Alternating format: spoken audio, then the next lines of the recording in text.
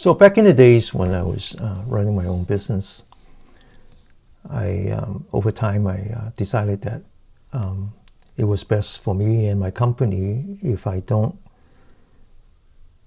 behave like an engineer, and that I learned how to sell, and I take charge of the salespeople and as well as the marketing, and let the engineers do the engineering. They're smart enough. In fact, I went so far that by the time I leave my own company, I didn't even know how to use my own product. I just know how to sell it. If they need help to learn to use the product, I send an engineer.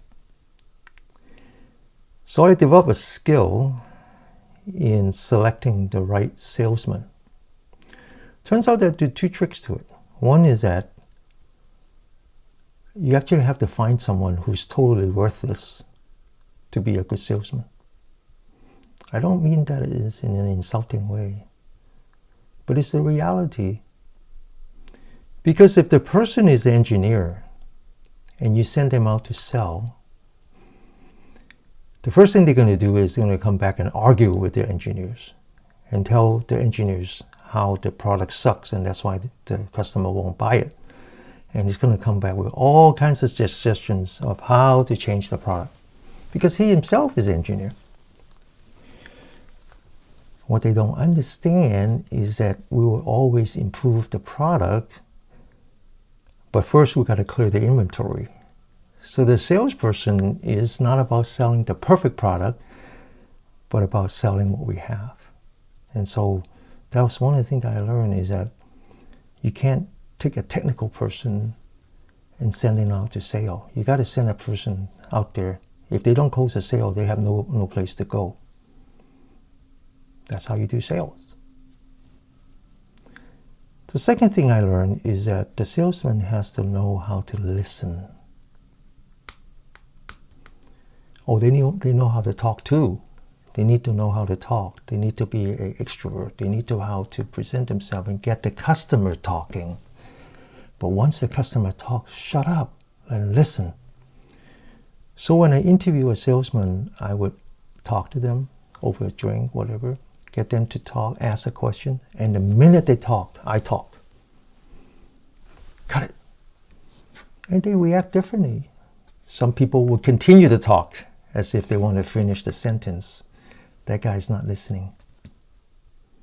He's not going to be a good salesman. Some guy will stop talking and listen. That's a good person. So if you ever have a conversation with me, I would talk. And then the minute you talk, I stop, listen. Listening turned out to be a very important skill. Once upon a time, I remember there was a hockey player, a Canadian, I think, very famous hockey player. And people asked him, how come you always know where the puck is? And how do you do that? How do you know? You know, it's so much motion going on. How do you know? He said, no, I never pay attention to where the puck is. You got me wrong. I only pay attention to where the puck is going. And I'm there to meet him. Now, why am I saying all that? It's very simple. Mindfulness is a skill that gives you competitive advantage. If you practice mindfulness, you're very sensitive to your emotion. You're able to put your intellect in its place, the brain, that is, and focus on your intelligence. And that puts you in a very powerful place because you can listen without being hindered by your own emotion. Not only listen, but your eyes and your nose and your tongue and all that, all the senses. You can actually be present with the situation and not to be bothered with your own emotions or other people's emotion. I'll give you one more example. Back in the late 90s, I was struggling to get finance for my company. And there was a time when Taiwan was just having an economic boom. Everybody was buying and selling stocks. And you could be on a taxi and the taxi driver would turn out and say, hey, you have any tips? And everybody's making money on stock. Of course, that didn't last. And I was there to meet an individual who actually was not Taiwanese. His parents are Taiwanese, but he was born in the States. So he speaks the language, but he doesn't know how to read and write. But he was doing really well in the stock market. So I asked him, said, how do you do that? You don't even know.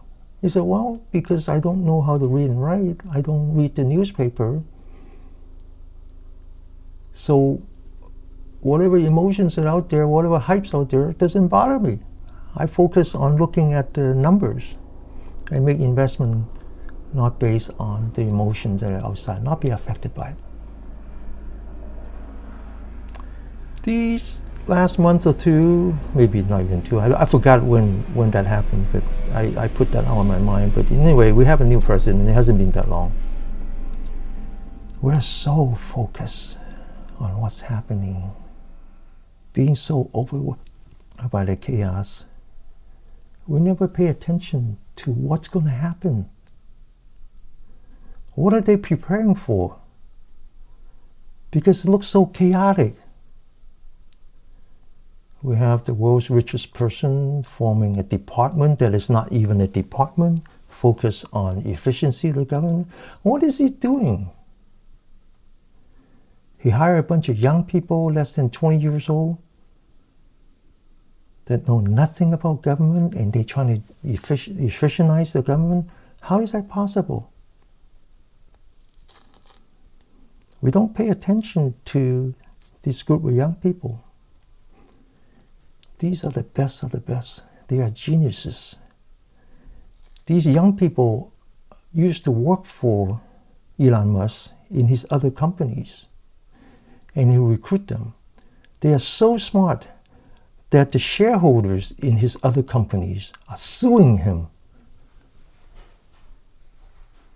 for ciphering talents from the company. What is these young people doing? They are AI experts, they are computer experts. We used to talk about people hacking computer systems, finding backdoor. They don't even need to find backdoor. The front door is wide open because the president opens them. They go in, they are controlling our government through computers.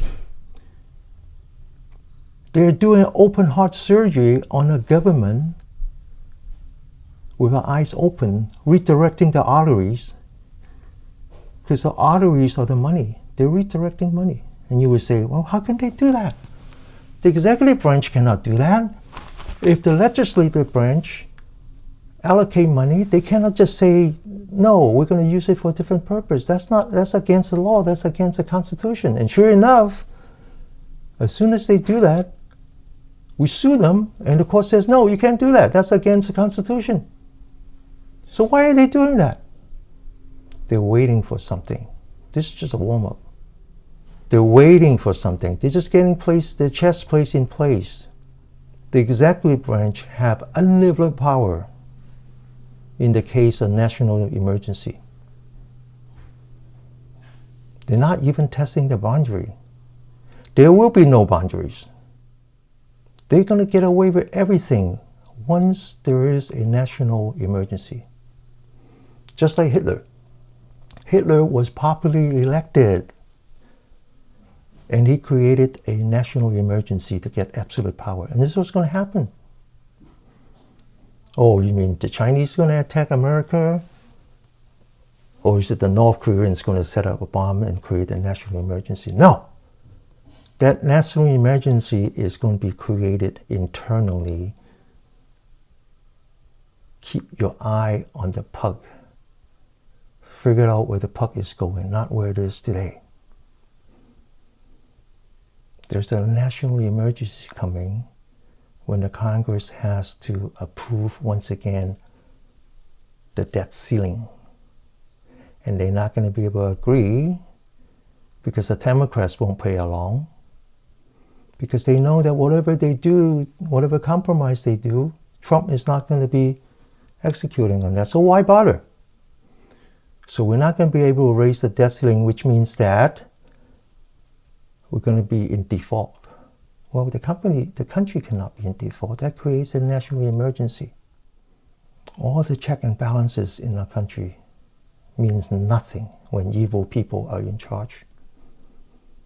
Okay, so it comes back to our talk today, our Dharma talk, right? What can we do? We're going to have to learn to put our emotion aside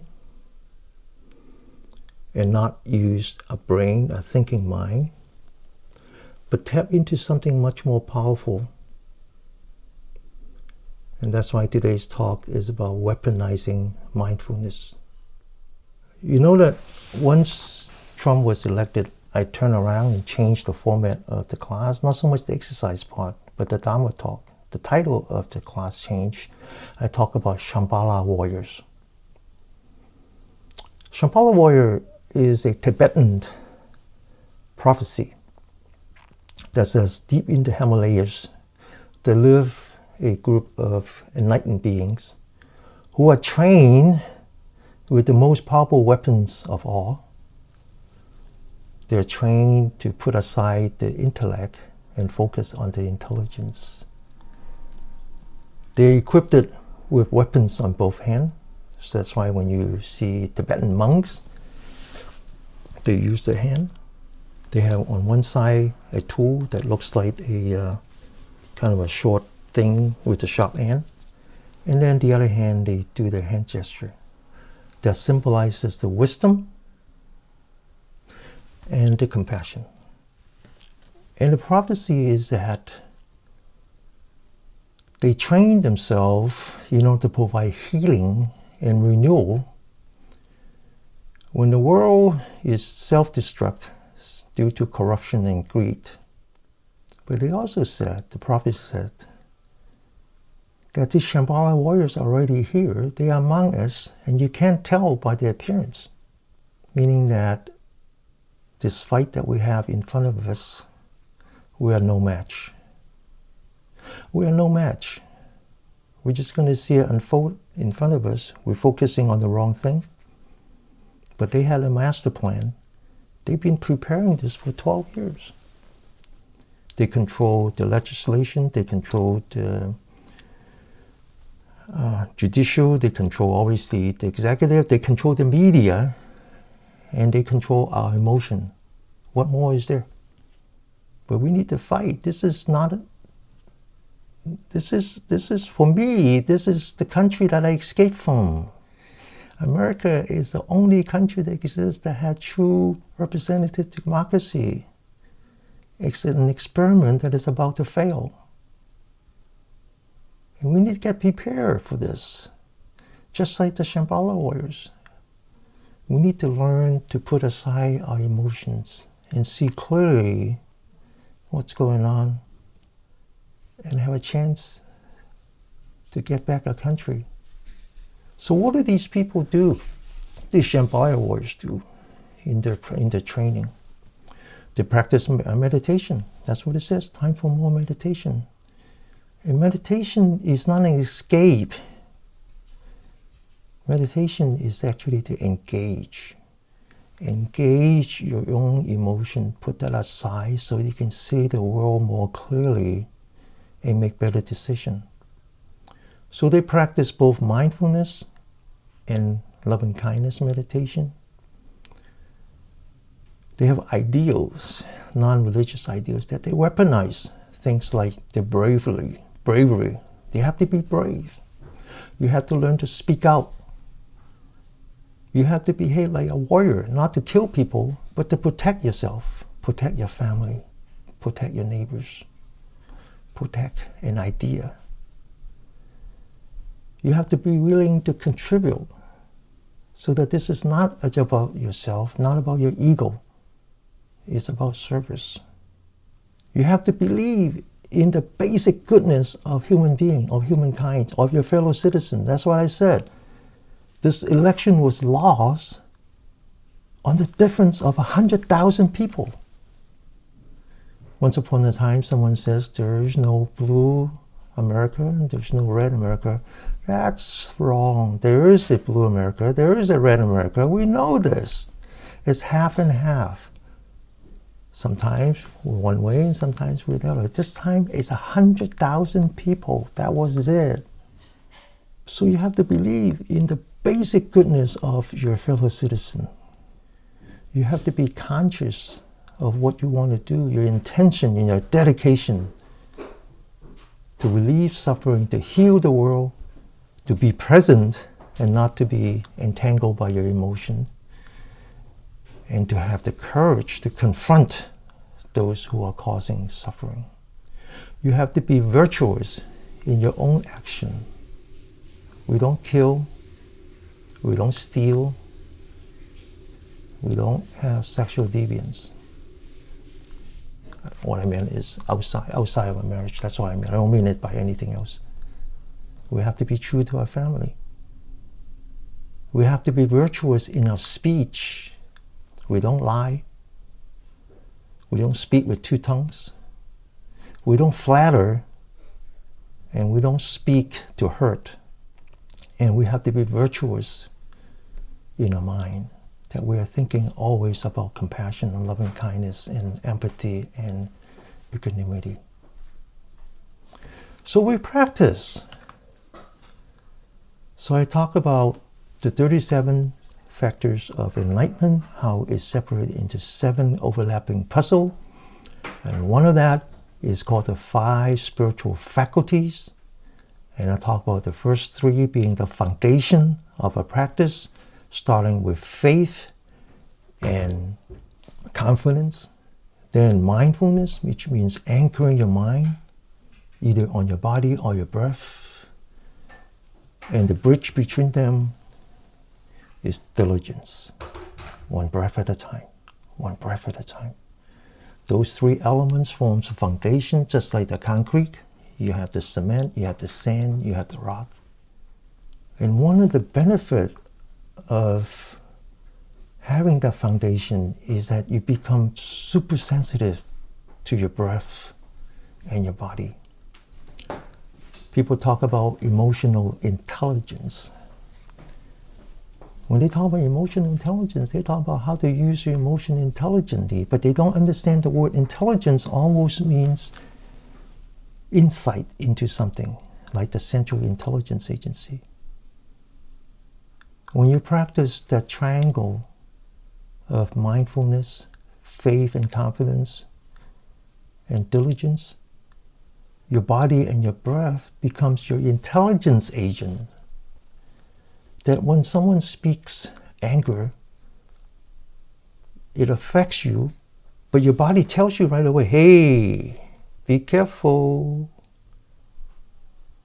Don't follow that. Don't let it become you. Come back. That's what the practice is all about, is that we become super sensitive. So I talk about the 5 faculties, and there are 2 more. There is something called samadhi and panya. Panya is wisdom. Samadhi sometimes is called one-point concentration. And in between those, there are stepping stones. That's why it was so important for me to explain what mindfulness is. Mindfulness is not the end of the journey. Mindfulness is a stepping stone. If you think that mindfulness is your journey, I often said that it's like being distracted by the seagull. Mindfulness is just a stepping stone. So once you overcome that, once you achieve that, then there's more. The next one is called samatha. The next one is called vipassana. We talk about that in the future. But let me talk about samatha. I talked about that last week.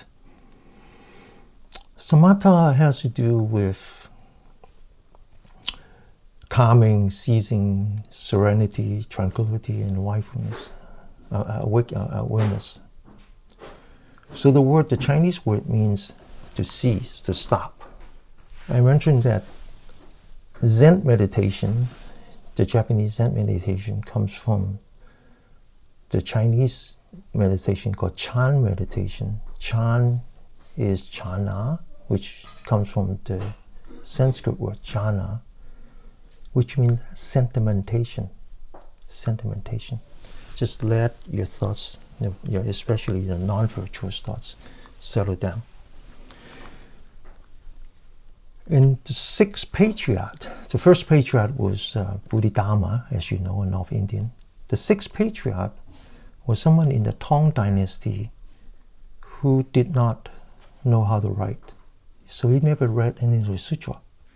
But he was considered the sixth patriarch because his understanding of Chan meditation.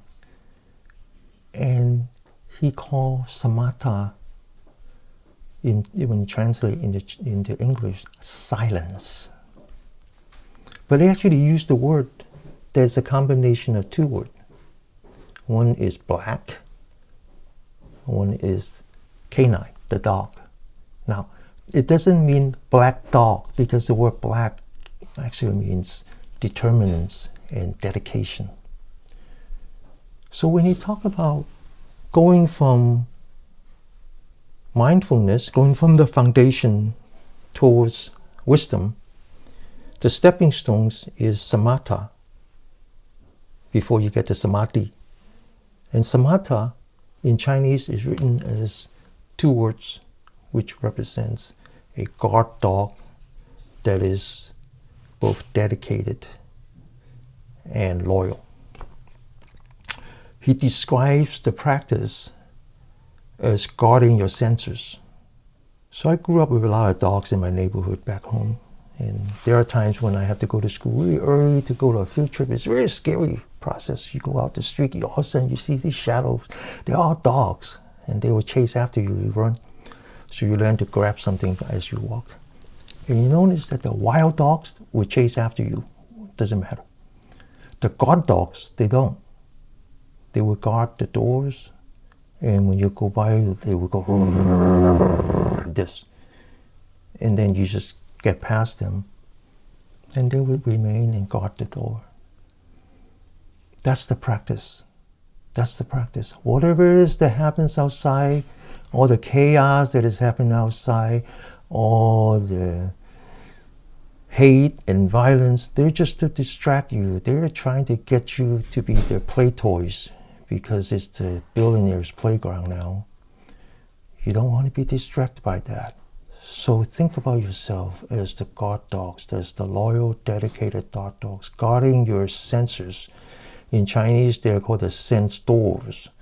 Your eyes, your nose, your ear, your tongue, your skin, and your thinking mind, your intellect. When they come, you experience the pain, you accept the pain, and you let go of your pain.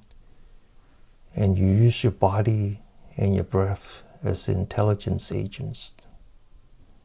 They're like the canary in the cave. They know before you. And that's how you practice like a Shambhala warriors. That's the only way we could win this fight, is to stay calm, don't get distracted, don't let it become you. Have each other focus on what it takes to remain physically healthy, mentally healthy, and spiritually healthy. Fight when we have a chance. Have faith in our fellow citizens. Have faith that they would also self-destruct eventually.